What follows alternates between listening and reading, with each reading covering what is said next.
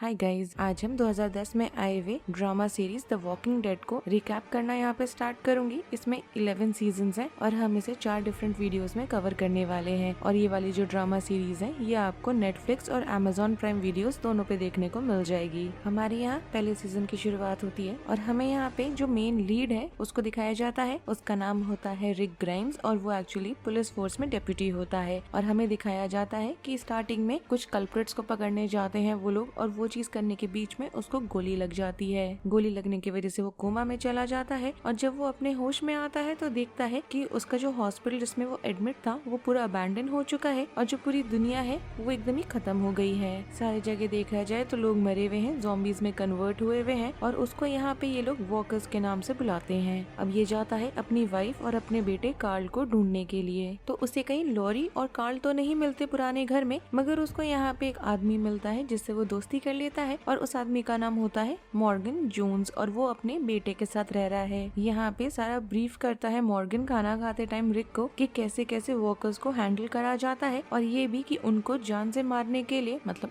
जान से मतलब कि वो ऑलरेडी मरे तो हुए हैं मगर उनको मारने के लिए उनके सर पे मारना होगा, नहीं तो वो तब भी अब कहीं भी मार लो कुछ भी कर लो वो आना आपकी तरफ बंद नहीं करने वाले। और वो आगे ये भी बताता है कि अगर एक वॉकर आकर आपको काट लेता है तो कुछ ही टाइम बाद आप खुद भी एक वॉकर में कन्वर्ट हो जाओगे। ये सब जानने के बाद सारा इन्फॉर्मेशन जितना ले सकता है वो लेने के बाद वो पुलिस स्टेशन से आर्म्स एम्यूनेशन लेता है, थोड़ा सा अपने पास रखता है, थोड़ा सा मॉर्गन को देता है और फिर वो यहाँ पे निकल जाता है एटलांटा की तरफ अपनी फैमिली को ढूंढने के लिए। जब वो एटलांटा पहुँचता है तो एकदम सिटी के बीचों बीच होता है वो और एकदम से रियलाइज करता है कि बहुत ज्यादा अमाउंट में वॉकर्स है वहाँ पे और उन्होंने उसको घेर के एक तरफ से कॉर्नर कर लिया है। और उसकी यहाँ पे जान बचाता है हमारा दूसरा लीड जिसका नाम यहाँ पे होता है ग्लेन। हमें यहाँ पे बाद में मालूम चलता है कि ग्लेन यहाँ कुछ और लोगों के साथ आया है स्कैवेंजिंग करने के लिए सप्लाईज को लेके, जिसको वो जो ग्रुप ऑफ सर्वाइवर्स हैं उसके पास ले जा सके। और आगे चल के वो रिक को भी बोलता है कि वो भी उसके साथ आ जाए। दूसरी तरफ हमको ये भी दिखाया जाता है कि ग्लेन का जो ग्रुप है उसमें एक और आदमी है जिसका नाम होता है मर्ल, मगर उसका बहुत ही ज्यादा अजीब बिहेवियर होता है। एज इन देखा जाए तो वो बहुत ज्यादा वायलेंट हो जाता है और बहुत ज्यादा हमेशा गुस्से में रहता है और उसका जो बिहेवियर पैटर्न होता है वो बहुत ही अजीब सा लग रहा होता है बाकी सबको और उन्हें कहीं ना कहीं उससे डर भी लगता है। ऐसा होने की वजह से रिक वो उसको पकड़ के छत पे ही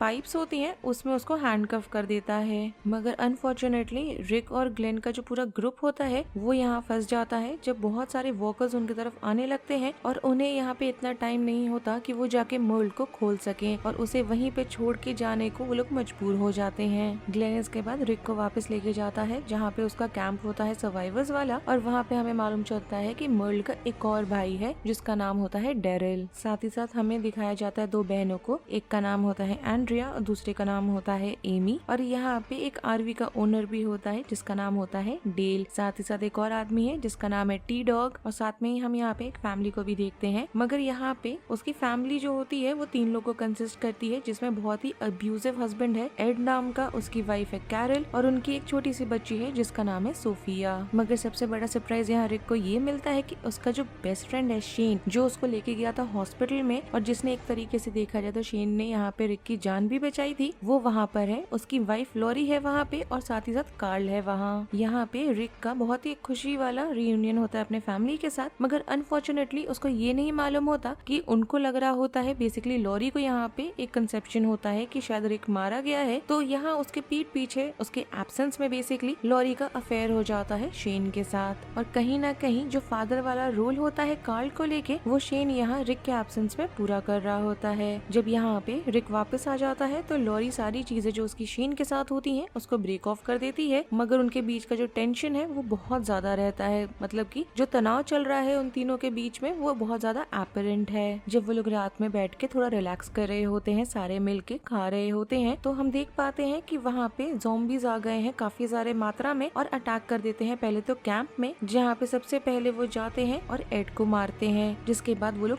एमी पे भी अटैक कर देते हैं। अब ये होने के बाद रिक यहाँ बोलता है कि उनका वहाँ रहना अब सेफ नहीं है और उनका बेस्ट डिसीजन अब ये होने वाला है कि सारे लोग मिल के CDC फैसिलिटी जो एटलांटा में है वहाँ के लिए निकलें। मगर जब लोग वहाँ पहुँचते हैं तो उन्हें मालूम चलता है कि पूरा जो फैसिलिटी है वो एकदम अबैंडन पड़ा हुआ है और वहाँ पे एक सिंगल डॉक्टर बचा है बस। इस डॉक्टर का नाम होता है डॉक्टर एडविन जेनर, और यहाँ पे जेनर उनको और भी ज्यादा इन्फॉर्मेशन देता है वॉकर्स के बारे में, और ये भी बोलता है कि कोई भी होप नहीं है इस चीज का क्योर निकले, इस बात का कोई गारंटी होप कुछ भी नहीं है। और आगे वो ये भी समझाता है ग्राफिक्स दिखाते हुए कि जितने भी लोग अर्थ में ऑलरेडी मौजूद थे उनके अंदर कहीं न कहीं ज़ॉम्बी वायरस ऑलरेडी प्रेजेंट है और वो कहीं न कहीं इन्फेक्टेड है, और यहाँ पे जैसे ही वो लोग मरेंगे वैसे ही वो लोग वॉकर में टर्न हो जाएंगे। मतलब यहाँ अब दूसरी चीज ये मालूम चली कि ज़ॉम्बी आपको आके काटे तभी आप वॉकर में नहीं चेंज होने वाले, मगर अपेरेंटली आप जब खुद भी मर जाओगे तब भी आप वॉकर में यहाँ चेंज हो सकते हो। अब यहाँ पे देखा जाए तो जो जेनर है उसने एकदम ही गिव अप कर दिया है कि सर्वाइवल का कोई भी चांस नहीं है, तो वो डिसाइड करता है कि सीडीसी को ही वो एकदम उड़ा देगा। उड़ाता कैसे है, वहाँ पे रहते रहते धीरे धीरे पावर स्टोरेज खत्म हो रहा होता है, सप्लाईज खत्म हो रहे होते हैं, हर चीज होता है, तो सीडीसी का खुद का एक सेल्फ डिस्ट्रक्ट मोड आता है जिससे कि जो इन्फेक्शन है वो बाहर फैले ना,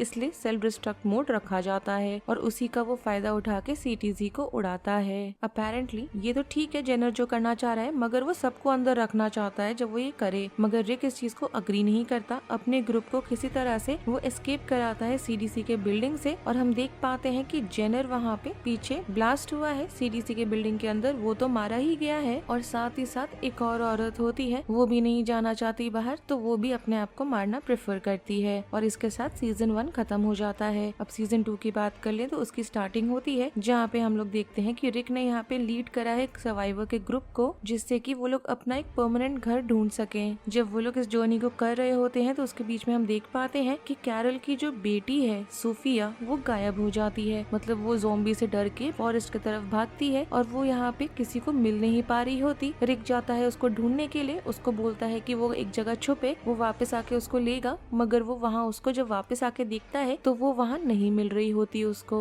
यहाँ पे ये लोग कॉन्स्टेंटली सोफिया को ढूंढ रहे होते हैं, और इस प्रोसेस में हम देखते हैं कि कार्ल को यहाँ पे एक्सीडेंटली एक हंटर गोली मार देता है, क्योंकि वो एक डियर को मार रहा होता है और डियर के थ्रू निकल के कार्ल को लग जाती है। उस हंटर का नाम ओडिस होता है और वो उसको बोलता है रिक को कि वो कार्ल को उठाए, और पास में ही एक फार्म हाउस है जो हर्शल ग्रीन के नाम से एक आदमी है, वो एक्चुअली में वेटनेरियन है, प्रॉपर डॉक्टर नहीं होता वेटनेरियन, बट उसको कहीं न कहीं जान बचाने तक का तो आता ही है, वो वहाँ लेके जाए और बोले कि ओडिस ने उसको भेजा है। जिसके बाद हम देखते हैं कि शेन और ओडिस निकल जाते हैं एक मिशन के लिए जहाँ पे उन्हें मेडिकल सप्लाईज की जरूरत है कार्ल की लाइफ को बचाने के लिए, मगर जब वो लोग वहाँ से निकल रहे होते हैं तो बहुत सारे अमाउंट में वॉकर्स आके उनको घेरने लगते हैं, और इस वजह से शेन यहाँ ओडिस के पैर में गोली मार देता है और उसको वहीं छोड़ देता है मरने के लिए, जिससे कि वो खुद एस्केप कर सके। जिसके बाद जब वो वापस पहुँचता है तो सबको झूठ बोलता है कि ओडिस ने यहाँ पे जानबूझ के अपनी लाइफ को सैक्रिफाइस कर दिया था, और हर्शल जाता है वो जो सप्लाईज लाया है उसका इस्तेमाल करता है कार्ल की लाइफ को सेव करने के लिए। तब तक हम बाकी सारे सर्वाइवर्स को भी देखते हैं कि वो लोग थोड़ा कंफर्टेबल हो रहे हैं हर्शल के घर से और फार्म हाउस से, मगर हर्शल को देख के लग रहा है कि वो बहुत ज्यादा अभी हिच में है, कि वो नहीं चाहता कि इतने सारे जो स्ट्रेंजर्स हैं वो उसके फार्म लैंड में हो जहाँ पे उसकी फैमिली को वो सेफ रखना चाह रहा है वहाँ पे, मगर ना चाहते हुए भी वो अग्री कर देता है इस चीज के लिए। मगर अग्री करने के पीछे भी उसके कुछ यहाँ पे रूल्स होते हैं। साथ ही साथ हम यहाँ डैरल को देख पाते हैं कि उसने यहाँ पे अपनी एक तरीके से देखा जाए तो एक नया परिवार ढूंढा है, उसमें वो कहीं न कहीं अच्छा फील कर रहा है अपने आप को, और साथ ही साथ कैरल के साथ उसकी बहुत अच्छी दोस्ती हो जाती है। हम यहाँ लॉरी को भी देख पाते हैं जिसको मालूम चलता है कि वो प्रेग्नेंट है, मगर वो यहाँ श्योर ही नहीं होती कि वो रिक का बच्चा है या शेन का,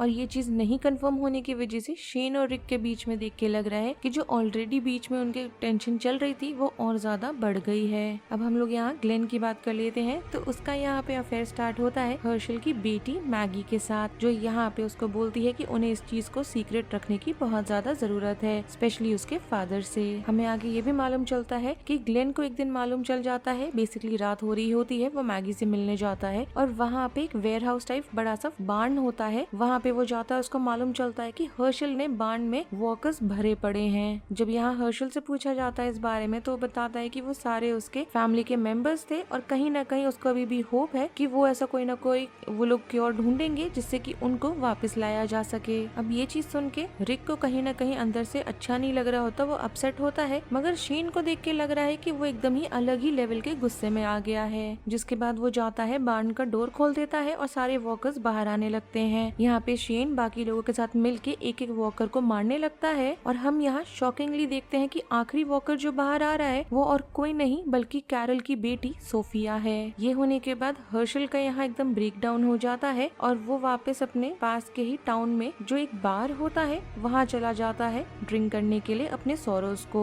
रिक और ग्लेन निकलते हैं, उसको ढूंढते हैं और उसको कन्विंस करते हैं कि उसको ड्रिंक करना बंद करना चाहिए और वापस घर आना चाहिए। मगर इसके पहले कि वो लोग वहाँ से निकले, उन पे अटैक हो जाता है। एक ग्रुप ऑफ पीपल जो होते हैं वो लोग आके उन पे अटैक कर देते हैं और वो लोग काफी वायलेंट होते हैं। यहाँ पे रिक, हर्षल, ग्लेन किसी तरह से भागते हैं वहाँ से और उनमें से एक जो स्ट्रेंजर वायलेंट सा आदमी होता है जिसका नाम यहाँ हमें रैंडल मालूम चलता है, वो यहाँ एस्केप करने के प्रोसेस में अपना पैर जो होता है वो इंजर कर लेता है। अब यहाँ पे वो लोग नहीं चाहते कि उसको पीछे छोड़े, वो लोग कहीं ना कहीं काइंडनेस दिखा रहे होते हैं क्योंकि अगर उन्होंने उसको पीछे छोड़ दिया तो वॉकर्स आके उसको खा लेंगे। तो रिक यहाँ पे रैंडल को वापस फार्म में ले जाता है और जैसे ही ऐसा होता है तो एकदम देख के लग रहा है कि केओस हो गया है, सारी चीज आउट ऑफ कंट्रोल चली गई है कि उनको एग्जैक्टली करना क्या है अब रैंडल के साथ। यहाँ पे वो लोग ये बोल रहे होते हैं कि वो लोग जो वहाँ उनको आके एम्बुश किए थे, वो जो ग्रुप है वो बहुत ज्यादा वायलेंट है और कहीं ना कहीं रैंडल को ढूंढने के लिए वो लोग आएंगे और इन सबको हार्म पहुंचाएंगे।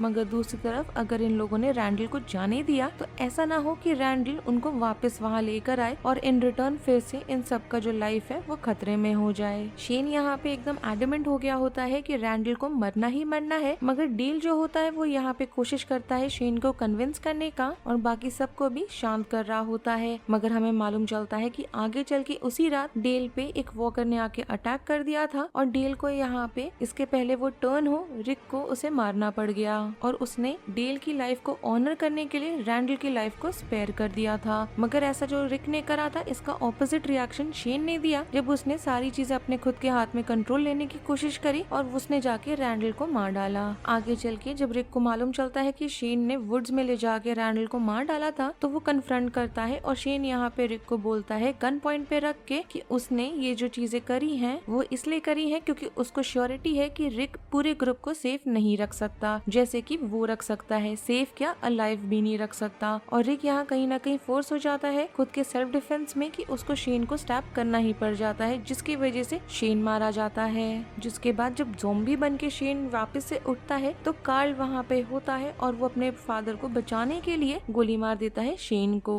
मगर यहाँ गोली चलने की जो आवाज होती है उसकी वजह से पास में जितने भी ज़ॉम्बीज घूम रहे होते हैं सारे वहाँ अटैक करने आ जाते हैं, मतलब घेर लेते हैं और अटैक करने लगते हैं, जिसकी वजह से जितने भी लोग वहाँ फार्म में होते हैं उन सबको वहाँ से जाना पड़ता है। देख के लग रहा है कि हर्षल के बहुत सारे जो फैमिली मेंबर्स थे वो मारे भी गए हैं, मगर साथ ही साथ हम देखते हैं कि वो और उसकी बेटी मैगी और बेथ किसी तरह से मैनेज कर पाते हैं एस्केप करना रिक के ग्रुप के साथ। सारा केओस जब हो रहा होता है तब मालूम चलता है कि एंड्रिया जो है वो भी अलग हो गई है बाकियों से, मगर यहाँ पे उसकी जान बच जाती है जब यहाँ पे एक काफी ज्यादा मिस्टीरियस सी औरत आती है जिसने हुड पहना हुआ होता है और अपने साथ चेन्स पे वो 2 ज़ॉम्बीज को लेके चल रही होती है और उसका नाम होता है मिशोन और वो यहाँ पे बहुत ही डेडली सा कटाना होता है वो चलाती है वो। और सेकंड सीजन यहीं पे खत्म होता है। अब तीसरे सीजन की बात कर ले तो उसकी शुरुआत होती है और हमें दिखाया जाता है कि 8 महीने निकल चुके हैं पिछले सीजन से और यहाँ पे जो रिक का ग्रुप होता है वो डिसाइड करता है कि वो लोग अपना नया घर जो है एक खाली पड़े हुए अबैंडन प्रिजन में बनाने वाले हैं। जब वो लोग प्रिजन को सारा क्लियर कर रहे होते हैं वॉकर्स से तो यहाँ पे हर्षल के पैर में एक ज़ॉम्बी काट लेता है। इसकी वजह से उसके पैर को एम्प्यूटेट करना पड़ता है जिससे कि जो इन्फेक्शन है वो पूरे बॉडी में स्प्रेड ना हो और उसकी जान बच जाए। इसके बाद हम देखते हैं कि प्रिजन में एक अलार्म है जो बज रहा होता है बार बार। जितने वॉकर्स होते हैं वो प्रिजन की तरफ वापस से आने लग जाते हैं और प्रिजन के जो वॉल के अंदर सब आ जाते हैं तो उससे बहुत ज्यादा केओस हो जाता है दोबारा से। ऐसा होने की वजह से हम देखते हैं कि टी डॉग ने यहाँ पे अपनी लाइफ को सैक्रिफाइस कर दिया है जिससे कि वो कैरल की जान को बचा सके। और हम लोग यहाँ लॉरी, कार्ल और मैगी को देखते हैं कि वो लोग एक बॉयलर रूम के अंदर फंस गए हैं और ये वही मोमेंट होता है जिसमें लॉरी खुद लेबर में चली जाती है। मैगी को यहाँ पे जबरदस्ती एक सी सेक्शन परफॉर्म करना पड़ता है जिससे कि लॉरी का बेबी वो डिलीवर कर सके और इसकी वजह से इतना ब्लड लॉस होता है कि लॉरी की डेथ हो जाती है उस बच्चे को बचाने के लिए और वो बच्चा बच जाता है। अब यहाँ पे लॉरी के मरने के बाद कार्ल के पास कोई ऑप्शन नहीं होता बल्कि अपनी माँ को कन्वर्ट होने से पहले उसको सर पे गोली मार के मार देने का, जिससे कि उसकी जो माँ है वो वापस से एक वॉकर की तरह जिंदा ना हो। अब ये होने के बाद धीरे धीरे वॉकर्स जो है उनको क्लियर आउट फिर से करा जाता है और जितने सर्वाइवर्स होते हैं वापस से रीग्रुप होना स्टार्ट करते हैं। जब ये रीग्रुप होने लगते हैं सब तब रिक को मालूम चलता है कि लॉरी की डेथ हो गई है और ये लोग उसके नए बच्चे बच्ची का नाम जूडिथ रखते हैं। हमें यहाँ दूसरी तरफ एक और ग्रुप ऑफ सर्वाइवर्स को दिखाया जाता है जिसको यहाँ लीड कर रहे होते हैं भाई बहन साशा और टाइरीज, और हमें यहाँ मालूम चलता है कि उनको भी उस प्रिजन के बारे में मालूम चला है और वो लोग वहाँ आते हैं परमिशन मांगते हुए रिक से कि क्या वो लोग उनके साथ वहाँ रुक सकते हैं, और उनको ऐसा करने के लिए सहमति भी मिल जाती है। कुछ टाइम के लिए देख के लग रहा है कि वहाँ प्रिजन में काफी ज्यादा शांति है, हर इंसान खुश है, काफी ज्यादा चीजें पीसफुल है, और ग्लेन यहाँ पे मैगी को प्रपोज भी करता है। दूसरी साइड हमें एंड्रयू और मिशोन को दिखाया जाता है। उन्हें मालूम चलता है कि बहुत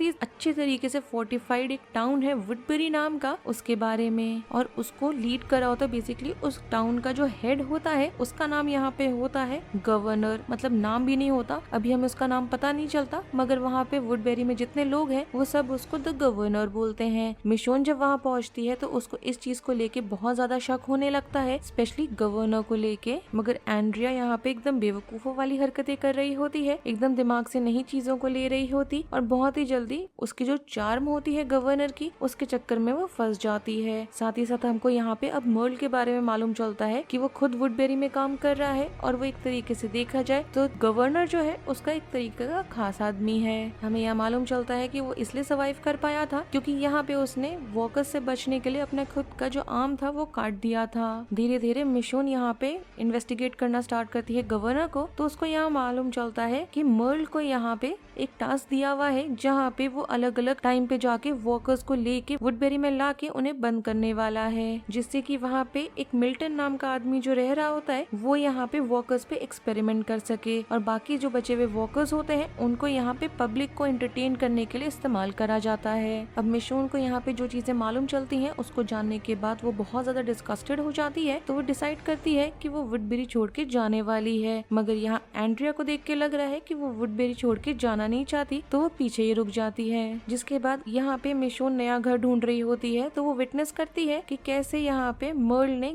ग्लेन और मैगी को पकड़ लिया है जब वो लोग यहाँ पे सप्लाईज को लेने के लिए गए होते हैं, स्पेशली जूडिथ के लिए। जब मिशोन को ये सारी चीज मालूम चलती है तो वो उसको उठाती है उस बास्केट को और प्रिजन की तरफ निकल जाती है, जिससे कि वो रिक को बता सके मैगी और ग्लेन के किडनैपिंग के बारे में। रिक यहाँ पे डैरल के साथ मिशोन को लेके वुडबेरी की तरफ निकल जाता है जहाँ पे वो लोग ग्लेन और मैगी को बचा सके, और ऐसा वो कर भी लेते हैं। और यहाँ पे जब सारी फाइट चल रही होती है तो मिशोन यहाँ गवर्नर से लड़ाई करती है और उसके एक आंख में वो स्टैब कर देती है। जिसके बाद वो लोग जब वहाँ से एस्केप कर रहे होते हैं तो डेरल को मालूम चलता है कि उसका जो भाई है मर्ल वो अभी भी जिंदा है, तो मर्ल को वहाँ से वुडबेरी से निकालने के लिए डिसाइड करता है कि वो खुद पीछे रहने वाला है, जिससे वो कन्विंस कर सके उसको। और एंड में यही होता है कि मर्ल यहाँ पे अपने भाई के साथ और उन सब के साथ वुडबेरी छोड़ के निकल जाता है। अब इसके बाद गवर्नर यहाँ डिसाइड करता है कि रिक का जो ग्रुप है प्रिजन में उनके अगेंस्ट ये लोग वॉर करने वाले हैं। एंड्रिया को जब इस बारे में मालूम चलता है तो वो अपनी सारी जितना हो सकता है उससे सब कुछ कर देती है वो, जिससे कि दोनों के बीच में, दोनों ग्रुप्स के बीच में वो यहाँ पीस बना के रख सके। मगर फिर भी देख के लग रहा है कि दोनों साइड्स जो है वो इंडिपेंडेंटली चाहे कुछ भी हो जाए वॉर के लिए तैयारियां अपनी शुरू कर चुके हैं। हमें दिखाया जाता है कि कार्ल, मिशोन और रिक निकल जाते हैं रिक के होम टाउन जाने के लिए, जिससे कि वहाँ जाके जितने वेपन्स वो ला सकते हैं वो सब लेकर आए, और उनको वहाँ पे मॉर्गन मिल जाता है। मगर इस टाइम पे देख के लग रहा है कि जब पिछली बार उसने मॉर्गन को देखा था तब से अब में उसका जो बेटा है डुवेन उसकी डेथ हो चुकी है, और मॉर्गन यहाँ पे बहुत ही ज्यादा उसका मेंटल और इमोशनल ब्रेकडाउन हो चुका है। रिक यहाँ उसको कन्विंस करने की कोशिश करता है कि वो उसके साथ आ जाए, मगर मॉर्गन ऐसा करने को मना कर देता है।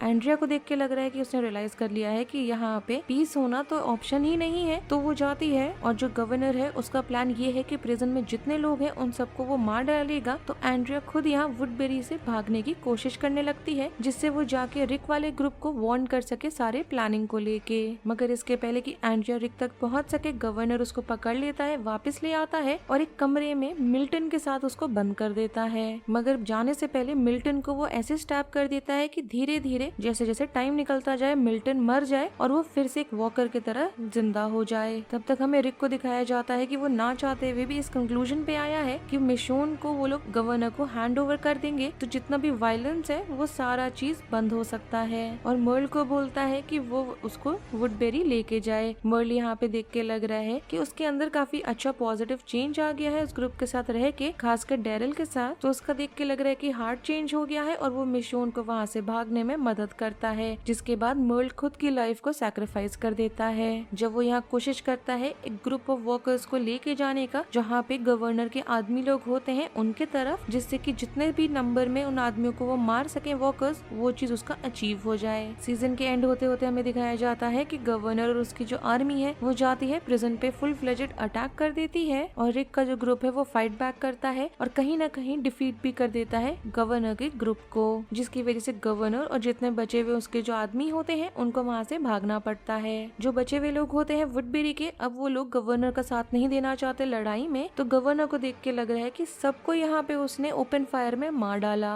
अब यहाँ पे गवर्नर को हराने के बाद रिक और उसका जितना भी ग्रुप हो बचा हुआ होता है वो सब जाते हैं वुडबेरी की तरफ और वहाँ पहुँच के उनको मालूम चलता है कि एंड्रिया को यहाँ पे मिल्टन ने ज़ॉम्बी बन के काट लिया है। जिसके बाद वो यहाँ मिशोन को रोते हुए गुड बाय बोलती है और बारी बारी डैरिल और रिक को भी, जिसके बाद वो खुद को यहाँ पे मारना प्रेफर करती है, तो वो वहाँ पे गन उठा के खुद को ही मार डालती है जिससे कि वो खुद वॉकर में टर्न ना हो। और इसके साथ ही सीजन 3 यहीं पे खत्म हो जाता है। अगर आपको इसका रिकैप यहाँ तक पसंद आया हो then do like the video, subscribe to my channel, share it with your friends and don't forget to follow me on Instagram. Link आपको नीचे डिस्क्रिप्शन बॉक्स में मिल जाएगा। Thanks for watching, bye.